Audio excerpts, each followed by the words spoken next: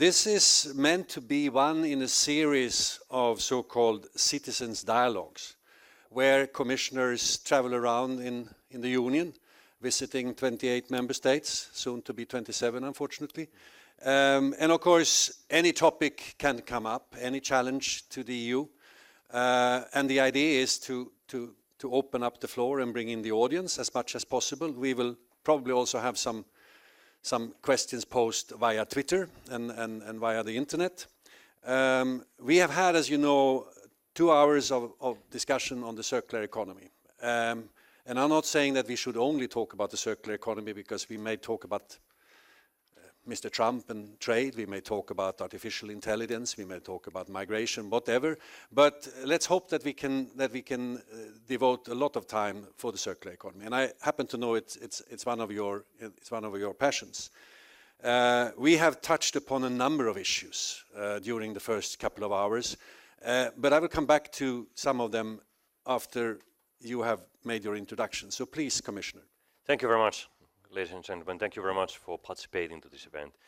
I'm very happy to have a chance to discuss, especially on circular economy, but as it was mentioned, we can touch upon the other topics if you wish so. But I'm passionate with circular economy because I believe that there are 2 megatrends in the world market in the coming years. The first one is artificial intelligence, and the second one is circular economy. And actually, the 2 can be linked quite easily with each other. So the 2 are the ones which I personally believe will change our societies and the way the market is functioning, the way companies are providing services and products, and the way consumers will behave in the future. And here the EU comes to the picture.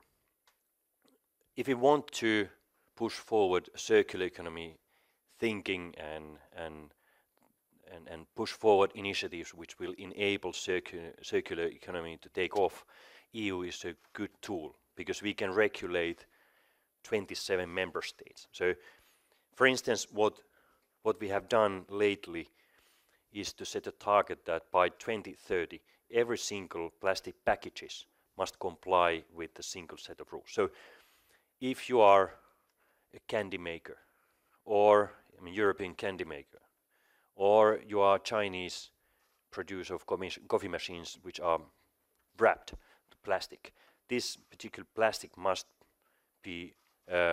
comply with the European standards. So we can create a new market which enables to boost circular economy.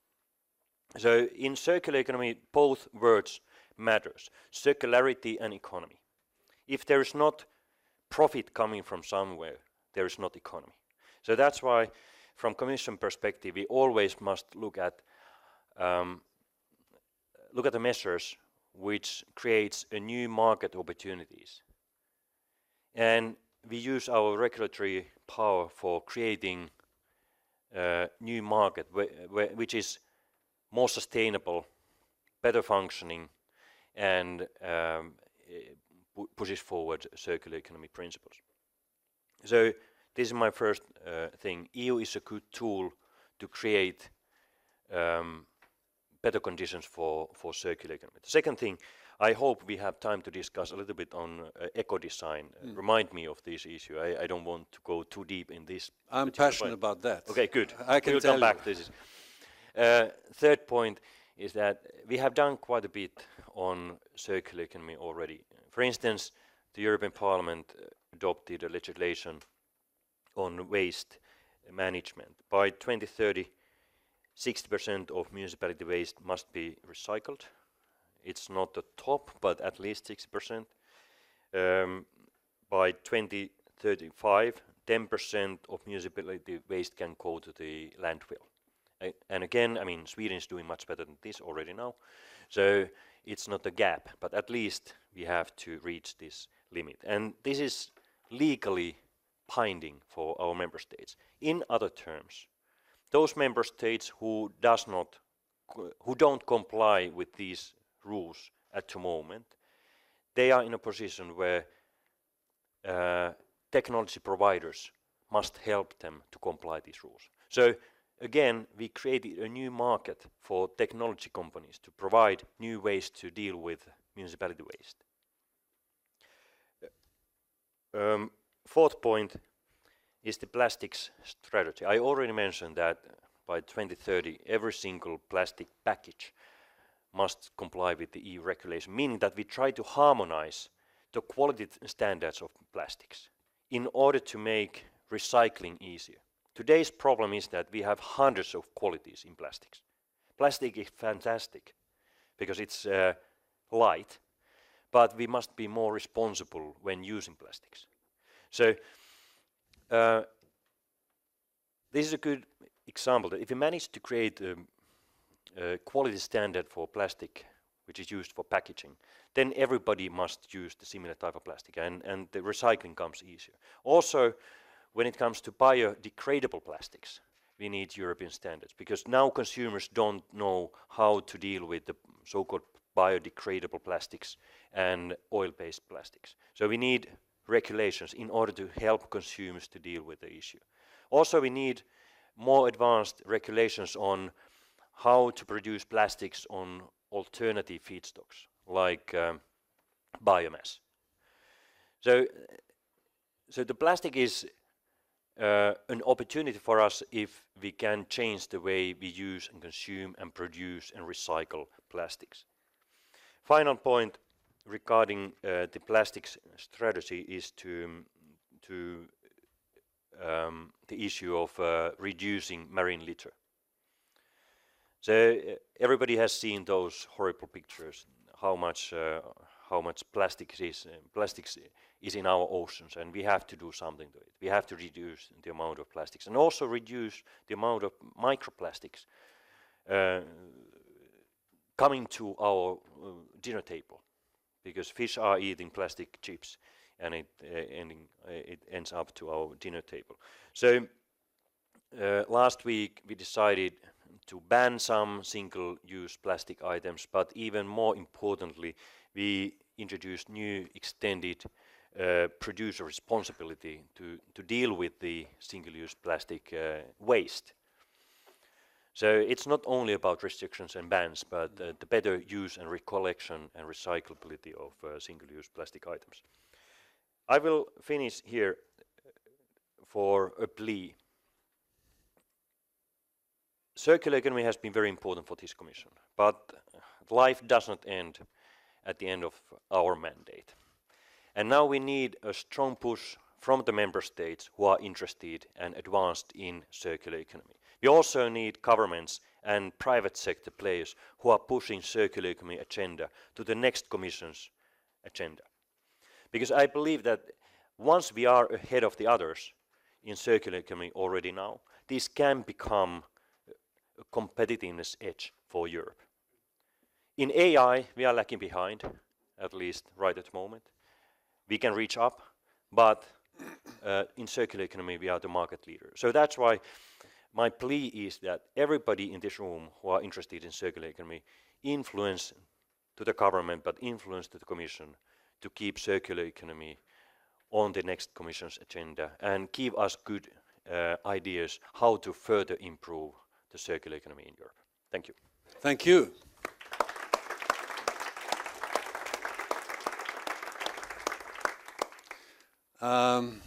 Let me start with a few questions, and some of it refers to what we discussed before.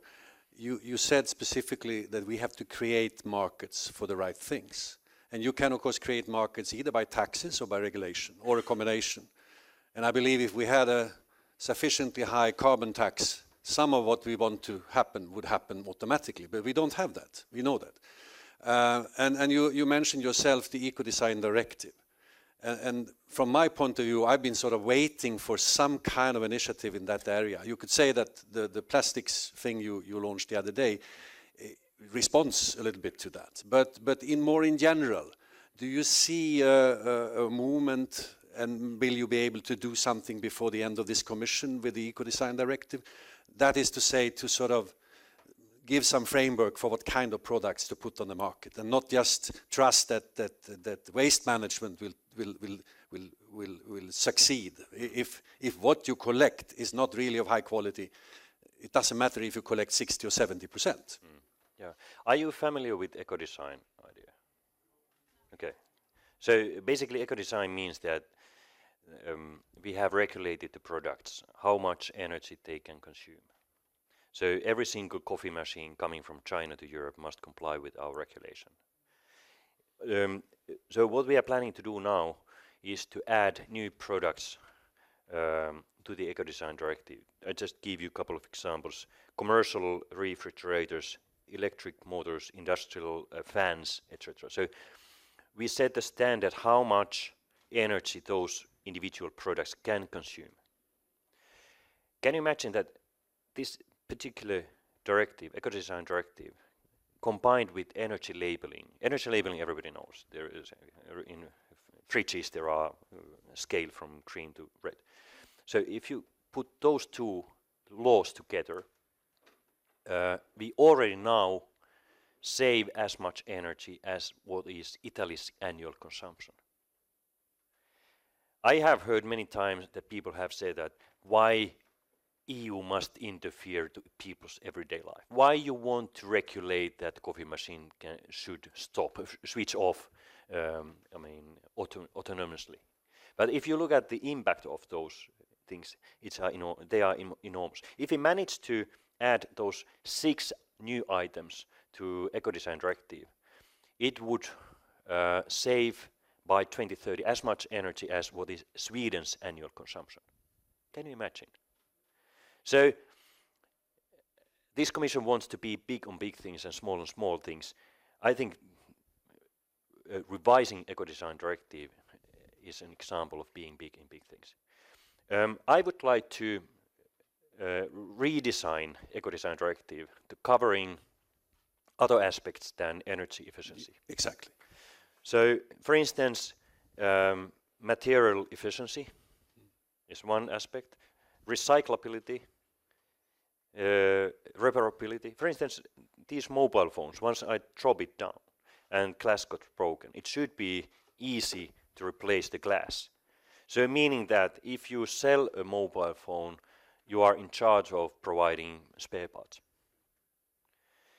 And we can, when technology is changing, we can widen the scope. And I believe in this kind of activity because, again, it creates a market. It's same for everybody. Mm-hmm. And we can apply the best technological standards throughout Europe and also put those outside Europe who are selling products to us to the same level. So I like Eco-Design Directive very much, and there are lots of new opportunities if we just manage to create. So we are exploring the opportunity to bring new elements to the directive. Well, that's good music. Thank you.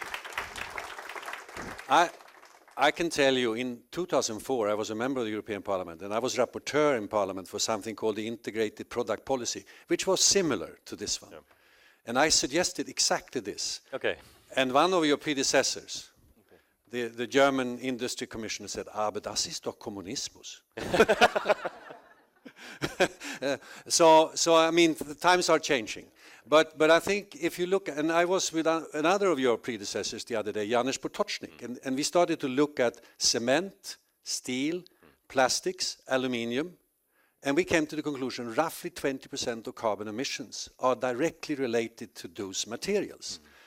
And since the demand is going up as we speak around the world, if we don't change technologies through innovation or substitution or circulate, we are going to have a problem. So I would suggest that you bring it also more clearly on the climate policy agenda. Yeah, exactly. Yeah. I mean, this is a good example where we need active national ownership.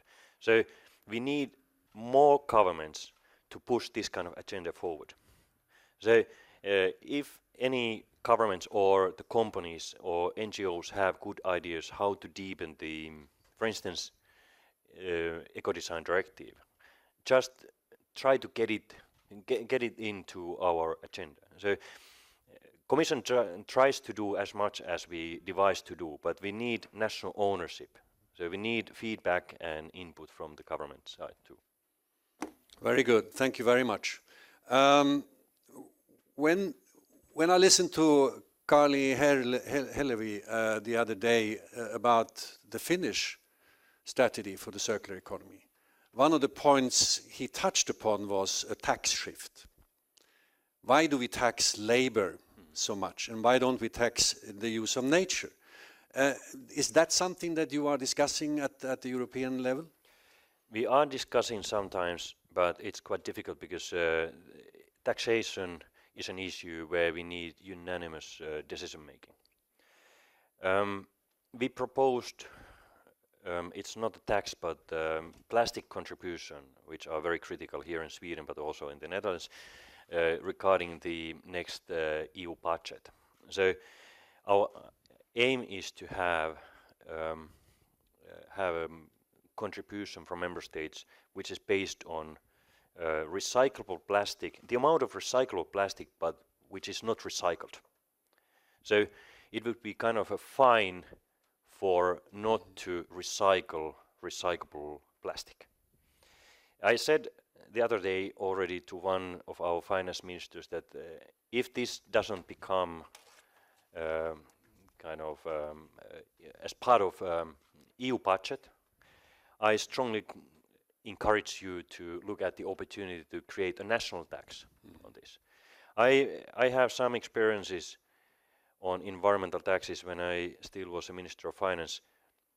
We created car and fuel tax, which is scaled according to emissions. So the car tax is higher the more car is emitting.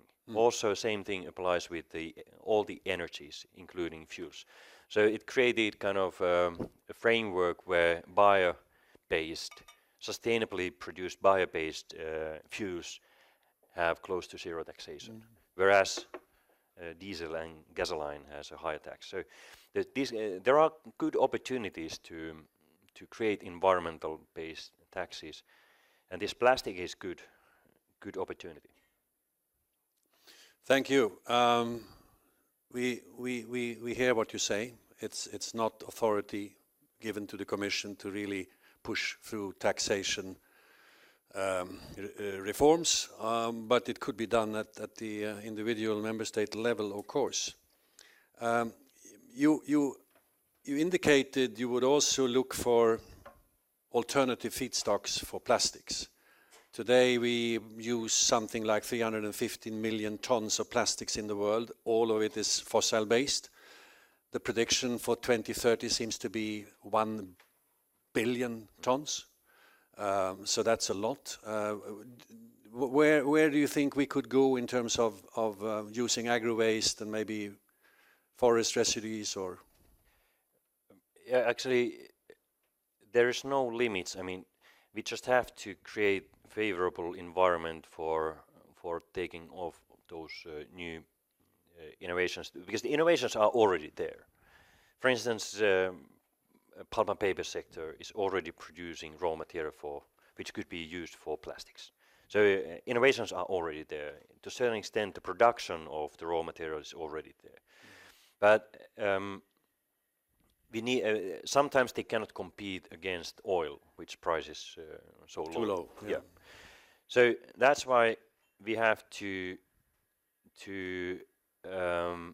assess what is the right way to incentivize alternative feedstocks. And the second thing is to make sure that consumers understand what is the difference and how to deal with the biodegradable plastics, because sometimes biodegradable does not mean that you can throw this item wherever you want. And even less, it means that you can mix biodegradable plastic with oil-based plastic. So we need to help consumers to create demand, and then we have to look at the incentives for those raw materials. Of course, it's also a question of how we can use the other, for instance, municipality waste, because you can get raw material from municipality waste, not only from forest, but also from the other waste streams. So the more there is supply of this kind of raw material, the lower the prices. So that's why the whole area of wage legislation is an enabling regulatory environment for alternative feedstocks. Thanks a lot. Philips gave an interesting presentation about their new way of approaching lighting as a service rather than as a product. So it's a totally new business model. And as we all know, the circular economy has not a crystal clear definition. It's a metaphor for many things. And one of those things seems to be new business models. Instead of selling more stuff, we offer a service. Do you have any comment with regard to that? How do you think we can incentivize those business models? By the way, is there anybody from Philips? You are, yeah, okay. Yeah, I'm using this example everywhere because it's so it's so telling. It's so, I mean, it's a good example because it solves many issues in people's mind. So yeah, it depends on which business we are talking about. I'm always a bit allergic to go for the most obvious incentive which policymakers usually are looking at, namely using taxpayers' money to incentivize something. So I try to look at what we can do in the regulatory side in order to create a new market or in favorable environment to let the business flourish. Sometimes we can, of course, provide public financing to innovations, etc. But when talking about new business models, then it cannot be based on subsidies or public support. So it should be self-standing business at the end of the day. But for instance, when looking at I come back to this alternative feedstock for plastic. If we manage to use municipality waste more for producing alternative feeds. So for instance, the bakery waste, it's the most obvious waste stream which can be used for producing bio-based oil. So it can create the market itself. But I've been satisfied that in Europe, circular economy, generally speaking, is market-driven and private sector-driven exercise, and it should be like this also in the future. And we as a regulator must understand what to regulate, maybe also what to deregulate in order to let the new business models to rise. When you talk about using waste in a different way, I mean, AkzoNobel gave an example where they produced methanol from household waste in big quantities. So that's already happening. Yeah. Now, please, the audience, prepare yourself for questions to Commissioner Katainen. Yes? We have received a few questions from... does it work now? Yeah, it works. We have received a few questions on Twitter. And we have received a few questions on Twitter, and one concerns our new budget, the long-term budget, and what kind of incentives the Commission will provide in this budget. And in particular, this person is interested in the common agriculture policy and what will be done in the framework of that one to contribute to circular economy objectives. Okay, so the multi-year budget, and in particular the common agriculture policy, where a decision will be taken next year, I guess? Or well, actually, we gave the proposal on, I mean, concerning the whole MFF. Yeah. Well, I hope during next year, but we are not sure yet. So it may last until the very end. I mean, meaning the end of 2020, if member states and the parliament cannot agree before. But hopefully, it could be done by next spring. But on MFF, multi-annual financial framework, and circular economy, first, Commission has proposed to increase the research and innovation budget from current 80 billion to 100 billion for next 7 years. So this, and within this budget, our aim is to allocate more resources to environmental related research and innovations, especially the circular economy. This is one thing. The second thing is that as part of our common agricultural policy proposal, we have dedicated 10 billion separately to agriculture / natural resources related research. So my wish, my aim is that this money for innovations could be used as much as possible for looking at bio-based issues, bio-based research and innovations, but also how it would reflect with the circular economy ideas. Third element is that... so that is 10 out of the 100? Yes. Okay. And third element is that 40% of agricultural financing should, for a way or another, support climate to address and fight against climate change. And now we have proposed that member states would have more subsidiarity to design how to do the trick, because one size does not fit for all, because the nature is different, and member states must do the strategic implementation plans where they have to tell concretely what they are doing in order to comply with this 40% climate target, and then those plans are coming to the Commission and we are reading them through and assessing whether this is seriously taken plan. So instead of dictating from Brussels that you have to do exactly like this, we give room for member states to implement it the best possible way, but we are in position to assess whether the plan is credible. So those are 3 examples which hopefully will change the way we are using public resources in order to address the climate change. So the leap from 80 to 100 billion, I think, is also a very, very good signal that research, and now also a new framework for innovation. Yeah. And I'm very happy about that, being Good. chairman of Climate Kick, because it's very difficult to do innovation within a research framework, because innovation means more risk. Exactly. And then 10 billion out of those 100 earmarked for the bioeconomy and agro. Yeah. So that's very good. And then greater flexibility. Okay, fine. More questions? Did you have another question from?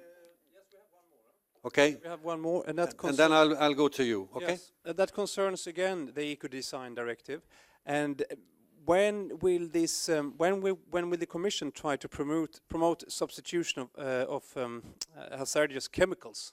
When will we try to get chemicals out of the material loop with legislation, basically? That's very interesting and important issue, because it's not only about recycling, for instance, plastics, which is full of chemicals or made of chemicals, but we also have to make sure that we know the quality of what we are recycling. So we cannot recycle dangerous materials. Mm-hmm. So that's why we need to again, we need the quality standard, for instance, the plastic waste, where we can reduce the amount of dangerous substances and make sure that recycled plastic is made of secure or healthy ingredients.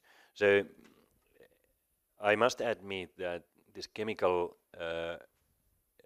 dimension makes the whole exercise more complicated, but there is no chance but to address it, because nobody wants to circulate dangerous ingredients.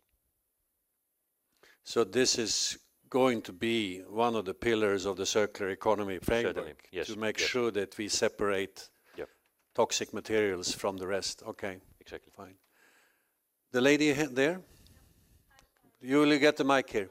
Thank you. Please tell us who you are. Oh, yeah, so my name is Patricia Villarrubia, and I work at the Stockholm Resilience Center researching about plastic pollution. And my question is, the European Commission has been targeting, as you said on Monday, 10 of the most used items, but those are macroplastics once they arrive to the ocean, right? Are you planning to target in the future collaboration with the textile industry? Because 35% of all microplastics coming directly from land are coming directly from the textiles.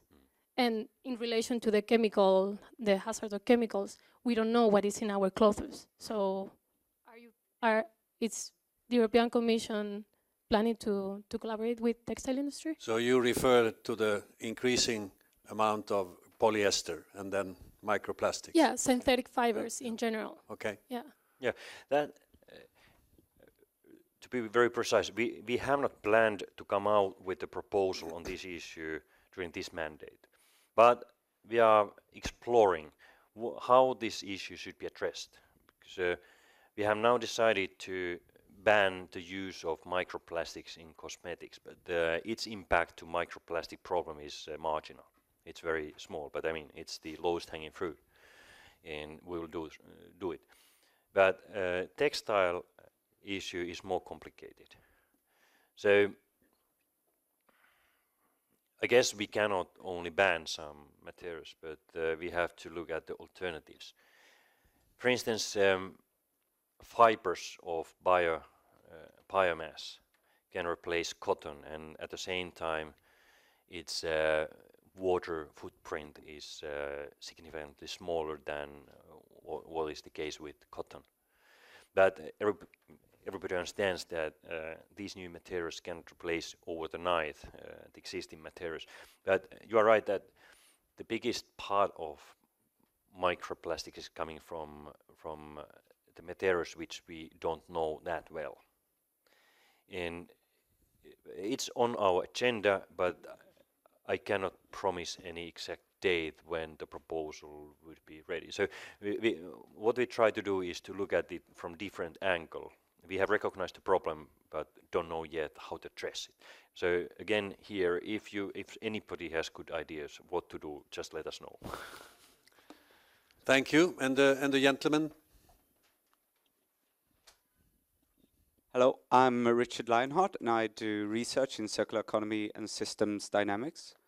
So my question is, what are the hurdles for, you talked about material efficiency, getting it into the eco-design initiative. What are the hurdles? Because it seems like a very important and also a win-win for companies.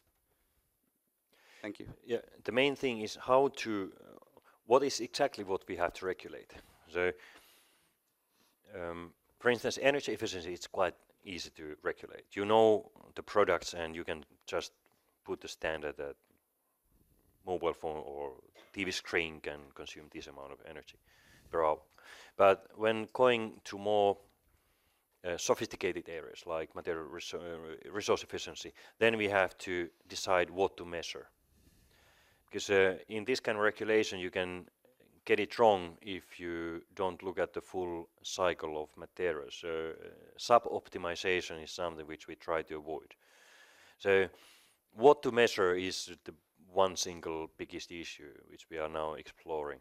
It may also, I mean, we don't want to create a measure or regulation which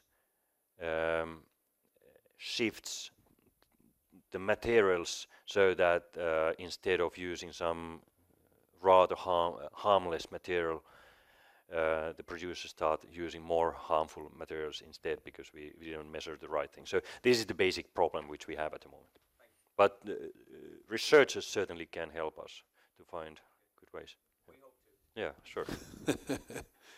I can see the hand of Arnaud Passenier, the Senior Program Manager of Circular Economy at the Ministry of Infrastructure and Environment in the Netherlands. Yes, thank you for my introduction. Mr. Katainen, we met before on phosphorus, which is a totally different issue, but also very circular in potential. But my question is, if we look at what is the basis of circular economy, we believe in the Netherlands that extended producer responsibility is key to the circular economy. There we have the producer responsible for the whole value chain to change all the incentives which are necessary to change the economic system. In that context, we want to extend EPR schemes in the Netherlands to textiles and furniture, and of course all the single-use plastic products, as you already initiated this week. But what I heard a few weeks ago is that in Sweden that sort of initiatives are withdrawn. So what are your perspectives on the European level on implementing all those EPR schemes? Because in the end we should have a sort of new default where producer responsibility is standard for all products which come to the market in Europe.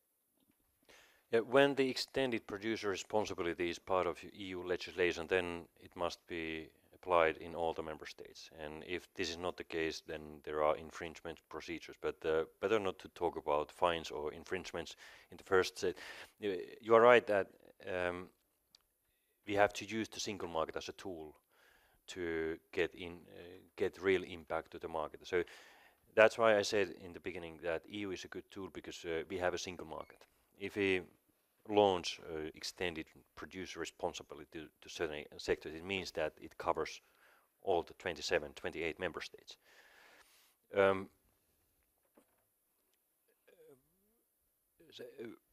This is also an area where private sector is asking more regulation. Usually many companies are complaining that EU is interfering too much and over-regulating everything, but the circular economy seems to be an area where companies are asking for more. But there are also biases between their needs, because some companies, depending on which part of the value chain the company happens to be, they may have different views what should be regulated. And but this is natural. It's always been like this, and it always be like this. And we just have to assess what is the healthiest, non-biased, technology-neutral way to regulate. But I tend to agree with you that extended producer responsibility is a good tool, because it touches the whole value chain. By the way, I have to say that Netherlands has also many good examples on circular economy. For instance, the Minister of Defense had a tender. They procured clothing for soldiers, and precondition was that the material must be made of recycled material, and that was very good. Can you imagine? Such a big buyer. Yeah. Yes, exactly. So I can imagine that it has a big positive impact to industry. So public procurement is another good tool to promote new technologies, if we are just willing to use it. And kind of a simple thing, buying clothes for soldiers. If you just put the quality claims, what do you want? You can promote circular economy. When we talk about the extended producer's responsibility or liability, I will just share with you a fascinating book that was launched a couple of years ago by an old friend of mine, Walter Stahel. He's supposed to be the father of the cradle-to-cradle concept many, many years ago. And he has been working with the Commission. And the title of the book is The Performance Economy. So offering services of high quality. And he gives so many examples from different parts of the economy where this could apply, and where basically the extended producer's responsibility is sort of the platform. So I hear what you say, and it's not easy to move it through the legislative process, but I think it should be a goal. Yeah. The lady there. Hello, Caroline again from Nordea. I'm thinking about the plea you mentioned in the beginning. I thank you for the plea, and I take it as a challenge. And I'm sure there are lots of people in this room who hopefully are thinking what I'm thinking. How do we do that? You mentioned pushing the circular economy agenda through and towards our governments and the EU Commission. Is there a process in place? Is it a cumbersome process? Or how do we make this happen? Having a closer dialogue. Thank you. Okay, good. Very good that you bring this to this concrete level. I tried to elaborate a few options. Commission every once in a while launch public consultation on various issues. For instance, we just had a public consultation on Eco-Design Directive, where we tested ground amongst the stakeholders, meaning NGOs, research community, private sector, how to expand the list of items which should be covered by eco-design. So their stakeholders plays a role. The second thing is that you can always, either as an individual organization or as part of some larger like-minded group, contact us, me, Carmen Uvella, who is Environment Commissioner, or Frans Timmermans, my fellow Vice President, who is also in this business, or our services, to tell that when you next time are planning what to do, you should do this and this and that. So our services are open for this kind of feedback, and it's real.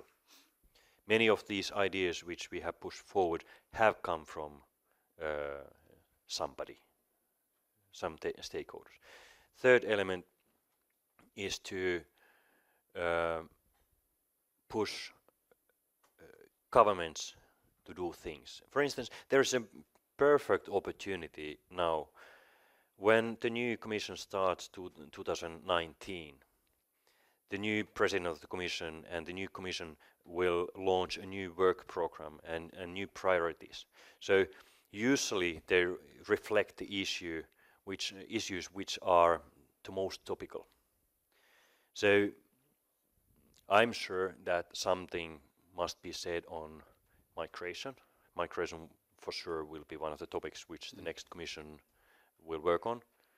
But I would like to see that artificial intelligence and circular economy would be strongly represented there.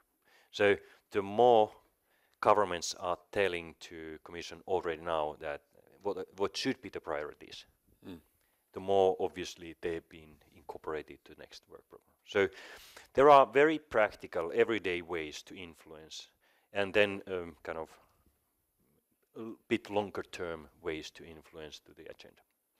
Since you mentioned these two, the circular economy and artificial intelligence, and in passing you said you can also link them. Do you have some thoughts on that? We don't have yet, but obviously this is an area where, simply because I don't know. If anybody knows how to combine artificial intelligence and circular economy, let us know, for God's sake, because there's a risk that it will happen. So we just have an idea that we have, first of all, lots of public data in Europe, which could be used for as a raw material for improving AI related applications. And there's also lots of public data related to waste streams or raw materials, alternative feedstock, etc. So it's quite clear that AI can contribute significantly to circular economy if there are just good ideas. And I know also that EU Commission doesn't need to interfere everything, but if there is something from regulation point of view or whatever point of view which we can do, we are interested in that. There was another circular economy seminar yesterday, and there was a Danish entrepreneur who said they had invented a new technology based on blockchain where they could track plastic materials all across the world. And it sounded very, very interesting. So next time I'm in Copenhagen, I'm going to visit them. Because that's the kind of tools you need to keep track of where you have all these materials in this very complex global supply chain. Okay, when you talked about public procurement, I happened to review the Swedish legislation a few years ago, and one of the conclusions I came with was that to upgrade the skills among those doing procurement is absolutely mandatory. Because they know a lot about the legalities, about the judicial things, but they have very limited knowledge about, technology, environment, social issues, etc. And so I think there the Commission could do something. Push for education training of procurers, because it's a European legislation. So I think the rules are pretty good, but they are not really implemented because of that. Okay, more questions. Hello, I have a question. Please introduce yourself. Sorry, my name is Koos Schenk. I have a question about regulation.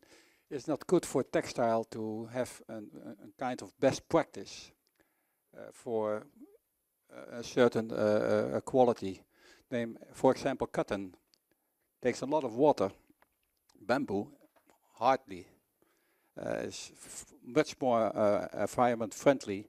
It's pure takeoff of CO2. Second thing. And I have a second question to you for blockchain. I hear lately that it is an enormous amount of energy necessary to have a blockchain system. Well, I understand it's for bitcoins, but I don't think blockchain in general. Yeah, but is it? But this okay. You use for blockchain for mining or what else? It took a lot of energy. Okay. Yeah, very shortly, you're right. There are, I mean, if I understood your question right, cotton is using a huge amount of water comparing the other feedstock. That's true, and there is already now innovations. I don't know what is the situation here in Sweden, but Finnish company, pulp and paper company, just introduced a month ago that they will build a new plant, which is a pilot plant for producing clothes on wood. So viscose, yeah. Yes. Yeah. So it's a new testing plan, and they will already start selling the product to the market. So it's not just a experiment, but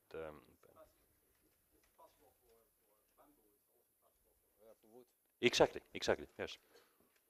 Okay, there were hands. Yeah, please.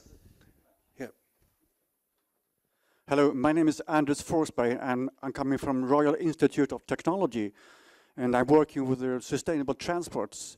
And I would like to hear about your view on sustainable transports and in the circular economy context. What's the role of sustainable transports and logistics? We are, for instance, talking about logistics as a service and mobility as a service, and I believe we will have a role. Yeah. So I think you know the substance much better than I do. So is there anything particular in your mind you think the regulator should understand? Or is it like it seems to be at the moment that private sector is developing and research are developing new ways and business models? But is there anything particular you would like to convey as a message to us?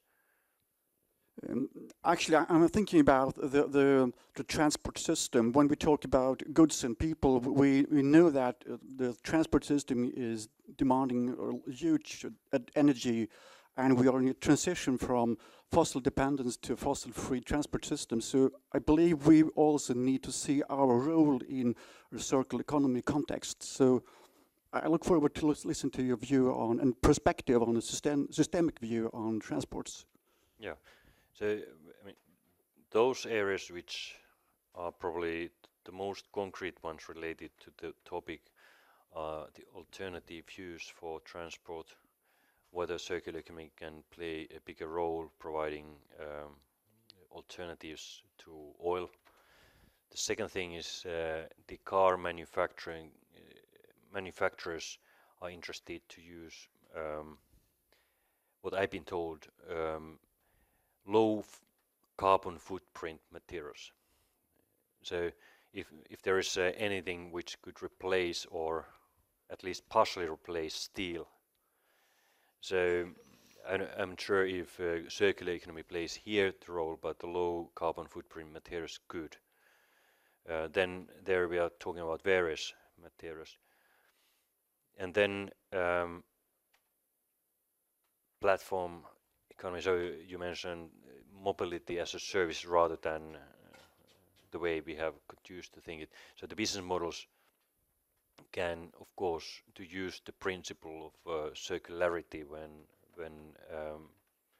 providing, like Philips Lighting is providing light instead of bulbs. So transport company could provide kilometers instead of cars. So those are the first things which comes to my mind. In certain areas, Commission tries to be ahead of the curve in terms of creating favorable environment, but in some areas we deliberately want to stay a bit slow, because we want developers, innovators to create something before we start regulating, because there's always a risk that we regulate wrong things. So the policymakers usually want to do two things. First, to use taxpayers' money, and the second, regulate. And if you are not very sure what to regulate, it's better to wait a bit and look what is the right way to regulate. And indeed, we have also a number of good examples from different parts of the world of cities, big cities, who do a lot. I was in Copenhagen the other day. I mean, it's amazing. It is, yeah. And Amsterdam. Amsterdam is also amazing when it comes to biking compared to almost everywhere else. So there are things you can do. Please. Yes. Hi everybody, my name is Naufal. I come from the Swedish standardization body, SIS or SIS. First of all, thank you for your presence and for sharing. You spoke about regulations and legislation of products and production. What do you think about the importance of standardization? Or do you see it combined in it, or what is your opinion? I mean, standardization in the EU has been a remarkable tool. So I see it as part of, one of the most valuable tool in the internal market. So if we have, like we have a internal market where goods and services and ideas can go across the borders without any difficulties, then we have to make sure that products or services could be as standardized as possible, because it completes the idea of single market. So from Commission perspective, it has always been very important, and all the platforms we have on standardizations are very, very important. I have understood, I don't know the work of them that well, but I have understood that stakeholders are quite keen on further developing standardization, both or especially industry, because I mean, it's the way to get the products and services on the market easier than without a standardization. We tried to, by the way, you mentioned Trump and US first. We offered. Yeah, we would like some more about Trump. I wanted to keep this as positive as possible. So we offered to Trump administration that if they lift or don't impose higher tariffs on our steel and aluminum, we could have started negotiating, for instance, on voluntary standardization on some particular items or services. So, but until now they have refused to negotiate with us on this. Hopefully the future is a bit brighter. We have time for 2 more questions, and I'll take them at the same time because the Commissioner has to leave in about 5 minutes. So we have a slight gender imbalance. So there is a lady there, and then I know there is a lady from H&M. Where are you? There. Please, we start with you, because I know you have a very, very interesting question for the Commissioner. Okay, thank you. My name is Pernilla. I'm from H&M. H&M has a vision to be 100% circular. Higher? Yeah. Okay, thank you. And to do that, I mean, there's a lot of things to do, but what we want you to do is to stop talking about waste and talk about resources. Mm-hmm. Because that's a shift in the mindset, but it's also, I mean, just for example, trade barriers. We have a global value chain. We need to bring the resources, the used garments, the waste, to, for example, China or Turkey, where we have our best suppliers to be able to recycle. Recycle is very hard, but we can't get those resources into those markets. So and that's just one example of why you should not talk about waste anymore. It's a resource. Thanks very much. Actually, the Chinese ban on importing waste or ban to us to export our waste to China is a good opportunity to change the mindset. So we should ask from ourselves why we pay for getting rid of our resources. But that's not what I meant. Okay. Because we don't have those suppliers in Europe. In China and Turkey, they have the best supply to recycle textile. So you mean they have the best technology? They have the best technology? They have the best technology. And they can do it in another scale than Europe can.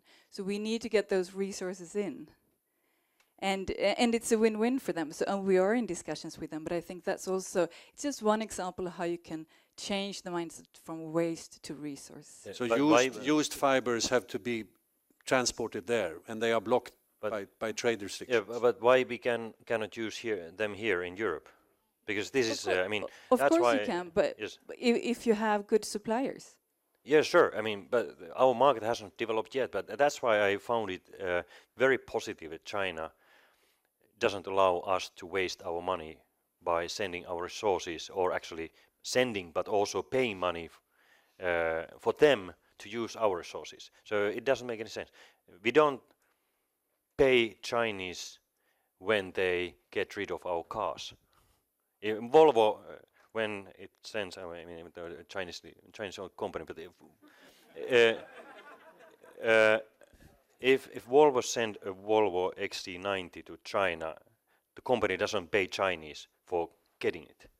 So it's a resource, such like so-called waste. So I would like to create a market and industry in Europe which could deal with our own resources instead of sending them to. Well, I'd be really happy to take your input on those suppliers in Europe. That would be great. Yeah. Yeah, sure. I understand that market is not. It's not developed. But it's very difficult for me to believe that this would be more difficult than to send a man to the moon, and it already happened in the 60s. So I understand the business logic, and especially, for instance, we have suffered of the same kind of problems every time when we are trying to compete with the price of oil. But still, I believe that we can create a supply chain for this. And I'm happy to hear all the questions here about textile, and we would really like to see that what you've done with the plastic directive. That would be great if there can be something on textile too. But I think what I hear is that you need to write a memo to the commissioner and explain this in more detail. Maybe a short-term perspective and then a long-term perspective. Yeah. Thank you. Hi, Anna Lundbom from Ragn-Sells, waste management companies. My question goes very well with your question. Talking or stop talking waste, talk about resources. And my question is, how can we actually create the demand for the secondary resources? Because the virgin resources it's too cheap. And what do you see that we could do on an EU level to actually create the demand for a secondary resource? There's so many obstacles. So how can we make the secondary materials market more vibrant? Because I agree, very often virgin resources are less expensive than secondary materials. Yeah, that's a fundamental question. It's fundamental for this clothing and all the. So if we or when we have to compete with the virgin material prices, especially oil prices, it's quite complicated.